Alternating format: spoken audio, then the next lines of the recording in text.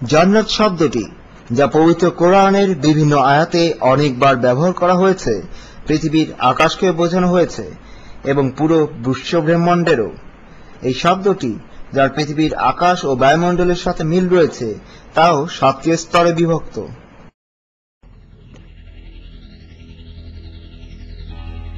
যদিও বৈজ্ঞানিকভাবে এখন এটি প্রমাণিত যে পৃথিবীর বায়ুমণ্ডলে বিভিন্ন স্তর রয়েছে যা একটি আরেকটির উপর অবস্থিত, বরং এটি এমনভাবে গঠিত ঠিক যেমনভাবে কোরআনে বর্ণিত রয়েছে এই 7টি স্তর সম্পর্কে।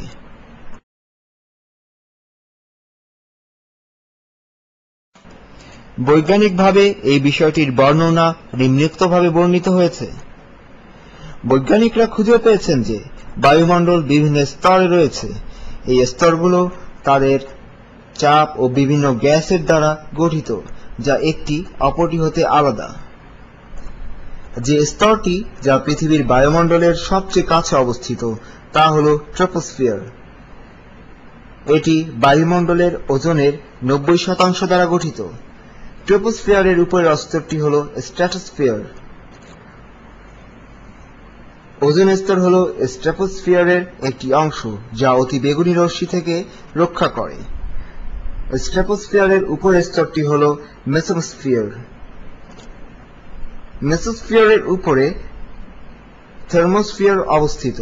আয়নিক গ্যাস দ্বারা এক ধরনের স্তর থার্মোস্ফিয়ারের মধ্যে অবস্থিত, যা হল আয়নোস্ফিয়ার।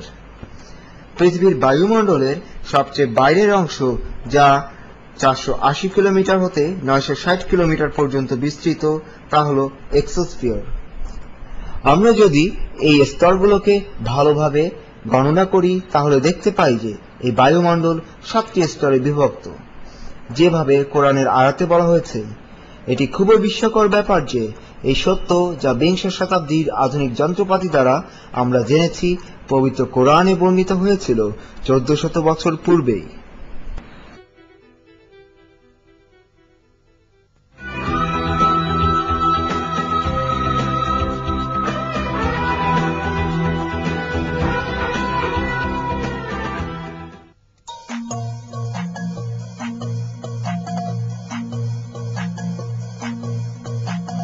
কোরআন পাহাড়ের জৈবিক গঠন প্রণালী সম্পর্কে আমাদের দৃষ্টি আকর্ষণ করেছে।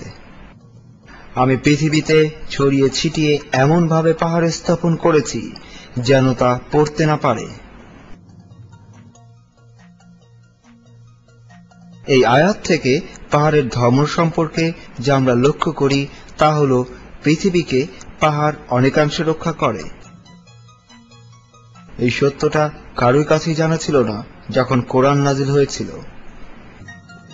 এটা বরং খুব সম্প্রতি আবিষ্কৃত হয়েছে আধুনিক প্রাণীতত্ত্ব দ্বারা। তাদের আবিষ্কৃত তথ্য অনুযায়ী পৃথিবীর স্তরের উপর পাহাড় সৃষ্টি হয়েছে যখন একটি স্তর অপর একটি স্তরের উপর দিয়ে চলেছে। যখন দুটি স্তরের মধ্যে শক্তিশালী স্তরটি দুর্বল স্তরের উপর দিয়ে গিয়েছে, তখন তা উঁচু এবং বিস্তর জিনিসের তৈরি করেছে, যা কিনা পাহাড়। নিচের স্তরটি নিচের দিকে গিয়েছে এবং নিচের অংশ তা ছড়িয়ে দিয়েছে। এর মানে পাহাড়ের বিস্তারটা নিচের দিকেও সমানের রয়েছে যতটা পৃথিবীর উপরিভাগে রয়েছে। একটি বৈজ্ঞানিক তথ্যে পাহাড়ের গঠন প্রণালী নিম্নোক্তভাবে বলা হয়েছে। স্থলভূমির যে জায়গায় পাহাড় রয়েছে, সেখানকার পৃথিবীর স্তর মোটা হওয়ার ফলে আশেপাশের অন্যান্য স্তর পৃথিবীর অভ্যন্তরে ডুবে যায়। কোরআনের একটি আয়াতেও পাহাড়ের এই ধর্মকে ওজ হিসাবে তুলনা করা হয়েছে।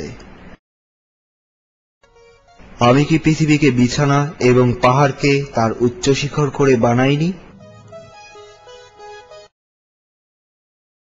আরেক কথায়, পাহাড় হচ্ছে পৃথিবীর স্তরের মধ্যে একটি সম্পর্ক, যা অপরটিকে আটকে রাখতে সাহায্য করে, উপরের দিকে ও নিচের দিকে একই সাথে অগ্রসর হয়ে। এর দ্বারা তা পৃথিবীর স্তরগুলোর মাঝে এক ধরনের শক্ত বাঁধ স্থাপন করে, যা বিচ্ছিন্নতা বা জায়গা থেকে চ্যুত হতে দেয় না। সংক্ষেপে আমরা পাহাড়কে লোহা বলতে পারি, যা দুটি জিনিসকে আটকে রাখে। এই পাহাড়ের জোড়া লাগানোর ধর্মকে বৈজ্ঞানিক তথ্যে বর্ণনা করা হয়েছে। যাকে বলা হয় আইসোস্টেসিস। আইসোস্টেসিস মানে হলো পৃথিবীর উপরিভাগের স্তরের একটি সাধারণ ভারসাম্য, যা পৃথিবীর নিচে মাধ্যাকর্ষণ শক্তি দ্বারা ধাবিত পাথরের চলাচল হতে সৃষ্টি। পাহাড়ের এইসব গঠন প্রণালী, যা আধুনিক প্রাণীতত্ত্ব বা বৈজ্ঞানিক তথ্যে উপস্থাপিত হয়েছে, অনেক যুগ আগে কোরআনে তা বলা হয়েছিল। আল্লাহর অসাধারণ সৃষ্টি তুলে ধরবার জন্য আমি পৃথিবীকে ছড়িয়ে ছিটিয়ে এমনভাবে পাহাড় স্থাপন করেছি যেন তা নড়তে না পারে।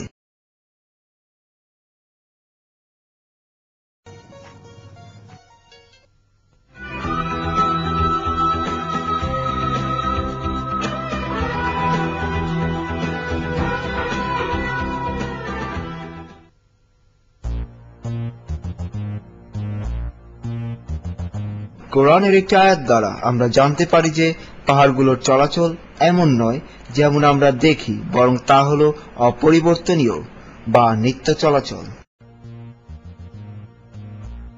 তোমরা যখন পাহাড়কে দেখো একটি কঠিন পদার্থ রূপে, যা মেঘের মতো ভেসে বেড়ায়, যা খোদার সৃষ্টির এক অতুলনীয় শিল্প, যিনি সবকিছু একদম পরিপূর্ণভাবে তুলে ধরেছেন, যিনি জানেন তুমি কি করো।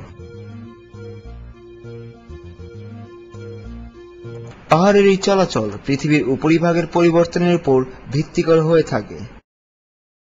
পৃথিবীর উপরিভাগের অংশে পৃথিবীর মধ্যভাগের অংশের উপর ভেসে বেড়ায়, যা উপরিভাগ হতে ঘন।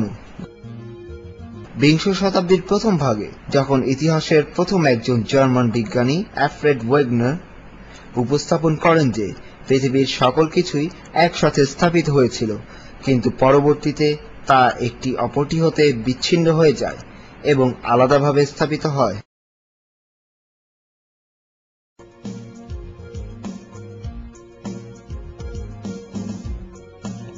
প্রাণীতাত্ত্বিকগণ 1980 সনে ওয়েগনারের মৃত্যুর 50 বছর পর বোঝেন যে ওয়েগনার সঠিক ছিলেন।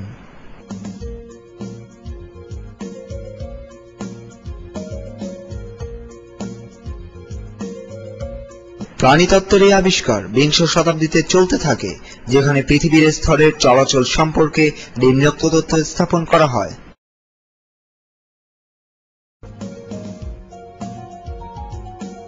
পৃথিবীর উপরিভাগের অংশ এবং মধ্যভাগের উপরের অংশ, যা প্রায় 100 কিলোমিটার পুরু, বিভিন্ন অংশে বিভক্ত, যাকে বলা হয় ভূমিস্তর।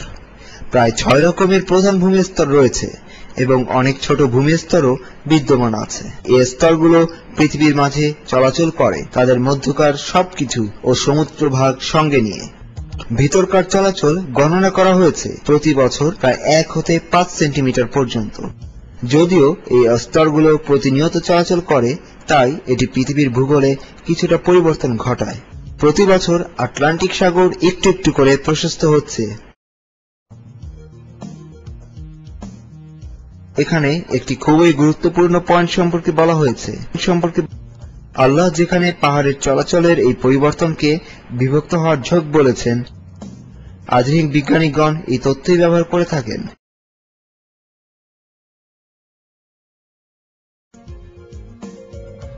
বিস্ময়করভাবে যা বৈজ্ঞানিকগণ বৈজ্ঞানিক তথ্য উপস্থাপন করেছেন, কোরআনে বহু আগেই উপস্থাপন করা হয়েছে।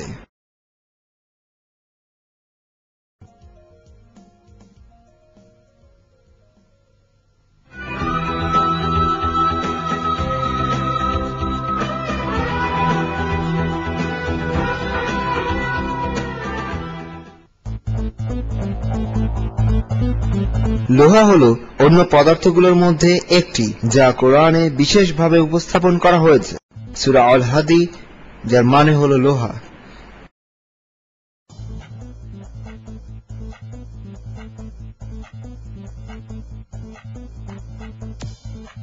আমি লোহাকে পাঠিয়েছি, যার মাঝে অনেক শক্তি রয়েছে এবং যা মানব জাতির অনেক ব্যবহারে আসবে।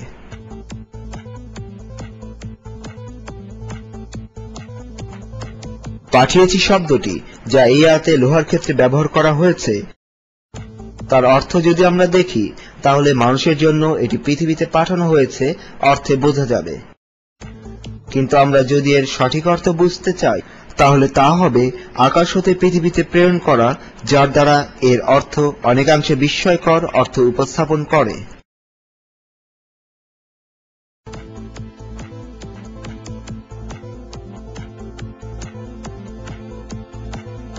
কারণ হলো আধুনিক মহাকাশ বৈজ্ঞানিকগণ আবিষ্কার করেছেন যে লোহা যা আমাদের পৃথিবীতে পাওয়া যায় আসলে মহাকাশে যুক্ত তারা থেকে এসেছে।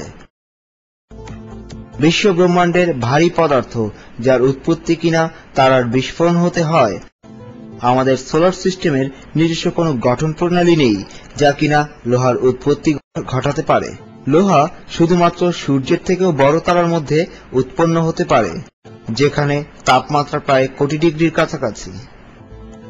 যখন গলিত লোহাগুলোর তাপমাত্রা একটি মোটামুটি স্থানে পৌঁছায় তখনই তারাগুলোর বিস্ফোরণ ঘটে।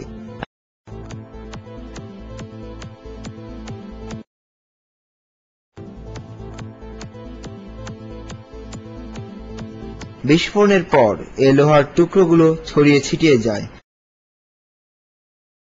এই পৃথিবীর কাছাকাছি আসার পর মধ্যাকর্ষণ শক্তি দ্বারা আকর্ষিত হয় এবং ভূমণ্ডলে এসে পড়ে।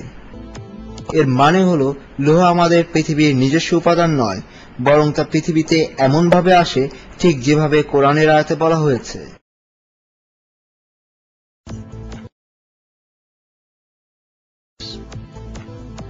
এটি পরিষ্কার যে এই সত্যটি বৈজ্ঞানিকভাবে সপ্তম শতাব্দীতে জানা ছিল না, যখন কোরআন নাজিল হয়। আমি লোহা পাঠিয়েছি যার মাঝে অনেক শক্তি রয়েছে এবং যা মানব জাতির অনেক ব্যবহারে আসবে। সূরা আল হাদীর 25 নং আয়াতে যেখানে লোহা সম্পর্কে বর্ণিত আছে, সংখ্যাগত দিক থেকেও 6টি বিস্ময়কর তথ্য উপস্থাপন করে। সূরা আল হাদী হল কোরআনের 57 নং সূরা। আল হাদীর সংখ্যাগত অর্থ অর্থাৎ আরবিতে এই সংখ্যার মান হল 57। শুধু হাদীর সংখ্যাগত অর্থ হল 26, যা কিনা লোহার অ্যাটমিক নাম্বার।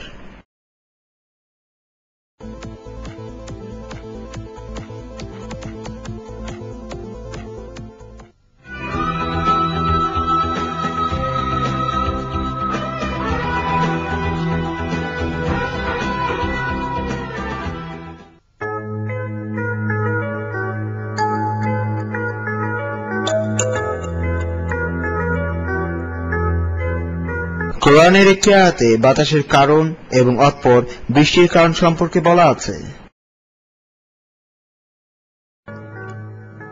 এবং আমি বাতাসের গতি স্থাপন করেছি যা কিনা পানিকে আকাশের কাছে নিয়ে যায় এবং তা তোমাদের বৃষ্টি দেয় বিপুল পানি দ্বারা।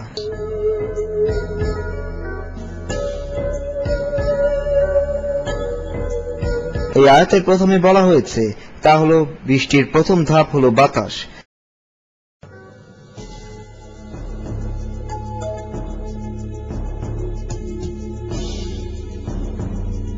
বিংশ শতাব্দীর প্রথম দিকে বাতাস ও বৃষ্টি সম্পর্কে যা ধারণা ছিল তা হলো বাতাস মেঘকে উঠতে সাহায্য করে। যদিও বর্তমানের আধুনিক বৈজ্ঞানিকগণ বাতাসের সঠিক কাজ ও বৃষ্টি হওয়ার পেছনে এর কারণ ব্যাখ্যা করেন। সমুদ্রের বিশাল জলরাশি যখন ঢেউয়ের মাধ্যমে এসে তীরে বা পাথরে বাড়ি খায় এবং ফেনা তৈরি করে, তখন প্রায় অনেক পানির কণা বাতাসের সাথে মিশে বায়ুমণ্ডলে চলে যায়। বাতাসে ধূলির কণার সাথে পানির কণা মিশে উপরিভাগে উঠতে থাকে।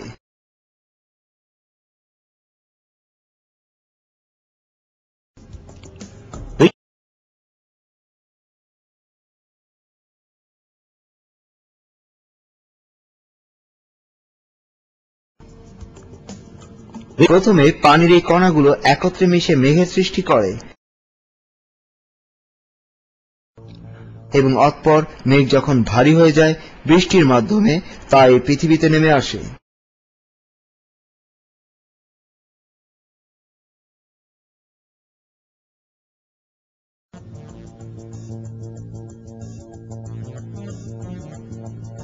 আমরা দেখি যে বাতাস তার সঙ্গে সমুদ্রের অনেক পানির কণা বহন করে নেয় এবং অতঃপর বৃষ্টির সৃষ্টি করে।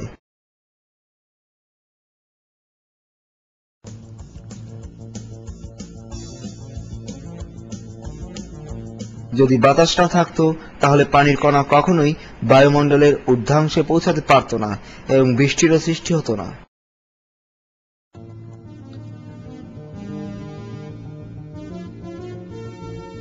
সবচেয়ে আশ্চর্যজনক হল বাতাসের এই কঠিন কার্যপ্রণালী যা বৃষ্টির সৃষ্টিতে সাহায্য করে কোরআনের আয়াতে অনেক আগেই বলা হয়েছিল, যখন মানুষ অসাধারণ প্রাকৃতিক বিষয় সম্পর্কে খুবই কম জানত।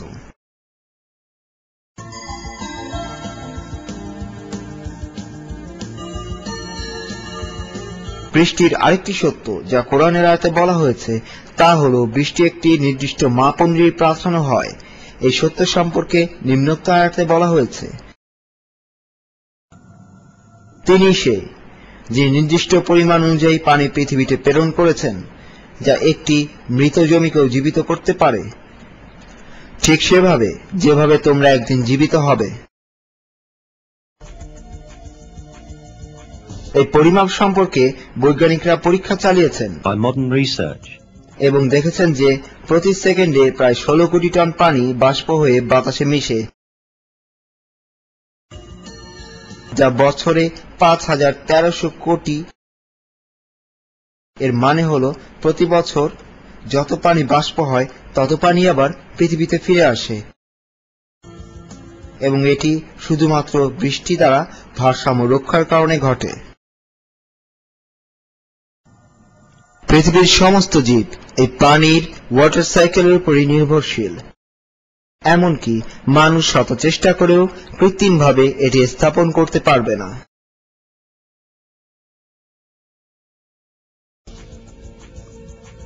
এই ভারসাম্য যদি একটুও ঘাটতি ঘটত তাহলে পৃথিবীতে জীবন একেবারে শেষ হয়ে যেত, কিন্তু তা হয় না। প্রতি সময়ই যতটুকু পানি প্রয়োজন ততটুকু পানি পৃথিবীতে এসেছে, ঠিক সেভাবে যেভাবে কোরআনের আয়াতে বলা হয়েছে।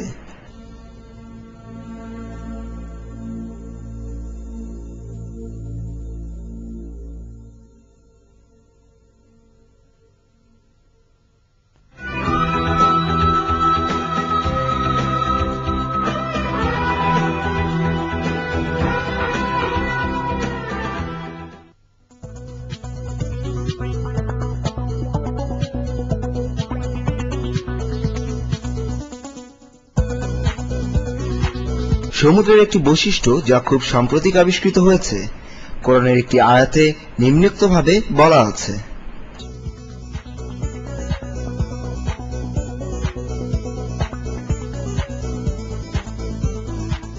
তিনি সমুদ্রদ্বয়ের মাঝে ফাঁক দিয়েছেন, যা দ্বারা এরা একে অপরের সাথে যুক্ত হয় না।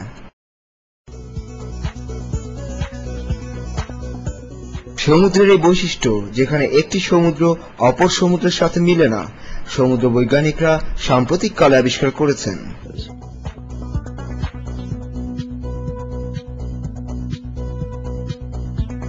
সমুদ্রতলের শক্তি, যা সারফেস টেনশন দ্বারা পরিচিত, এর জন্য অপর পাশের পানির সাথে তা মিশে যায় না। ঘনত্ব সমান নয় বলেই এক সমুদ্রের পানি অপর সমুদ্রের পানির সাথে একত্রিত হয় না এবং ভিন্নতা স্থাপন করে। আশ্চর্যজনক হল, যখন মানুষের মধ্যে পদার্থবিজ্ঞানের এরূপ কোনো জ্ঞান ছিল না, তখনই কোরআনের আয়াতে এই ভিন্নতা, যা বাধার কথা উল্লেখ করা হয়েছে।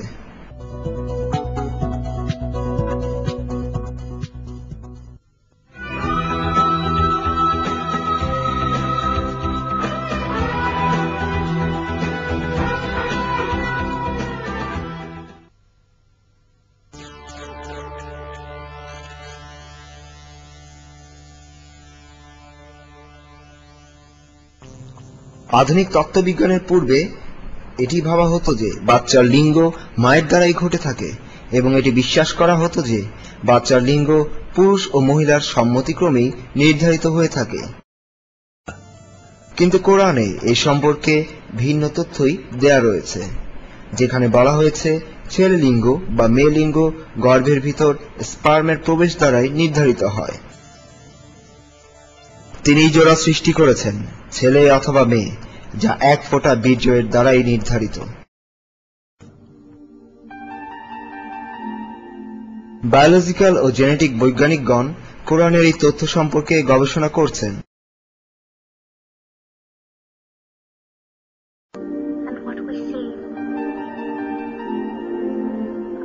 এখন এটি বোঝা গিয়েছে লিঙ্গ নির্ধারিত হয় স্পার্ম সেলের মাধ্যমে, যা কিনা পুরুষ হতে আসে, এবং মহিলাদের এক্ষেত্রে কোনো ভূমিকা নেই। ক্রোমোজোম হল প্রধান উপাদান যা লিঙ্গ নির্ধারণ করে। 46টি ক্রোমোজোমের মধ্যে 2টি ক্রোমোজোমই একটি মানুষের সৃষ্টি করে, যা সেক্স ক্রোমোজোম নামে পরিচিত। এই দুটি ক্রোমোজোম হল এক্স এবং ওয়াই ক্রোমোজোম যা পুরুষের মধ্যে, এবং এক্স এক্স ক্রোমোজোম যা মেয়েদের মধ্যে থাকে, কারণ এই ক্রোমোজোমের আকারগুলো এই বর্ণগুলোর মতো দেখতে। ওয়াই ক্রোমোজোম পুরুষ লিঙ্গের বৈশিষ্ট্য বহন করে এবং এক্স ক্রোমোজোম মহিলা লিঙ্গের বৈশিষ্ট্য বহন করে। নতুন একটি মানুষের জন্ম এই দুটি ক্রোমোজোমের মিলন দ্বারাই নির্ধারিত হয়ে থাকে। মহিলাদের দুটি ক্রোমোজোম যা এক্স তা আলাদা হয়ে যায় এবং একটি এক্স ক্রোমোজোম বিদ্যমান থাকে, যেখানে স্পার্মের দুটি ক্রোমোজোম এক্স ও ওয়াই থাকে।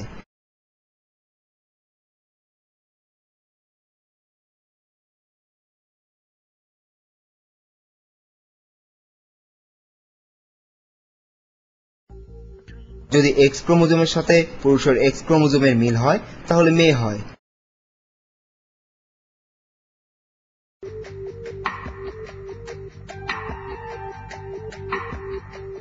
এবং এক্স ক্রোমোজোমের সাথে পুরুষের ওয়াই ক্রোমোজোমের মিল হলে ছেলে হয়।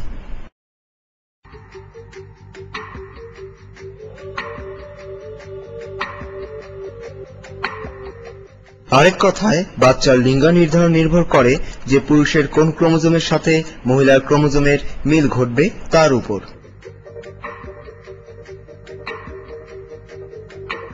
বিংশ শতাব্দীর জেনেটিক্সদের আবিষ্কারের পূর্বে এগুলো জানা ছিল না।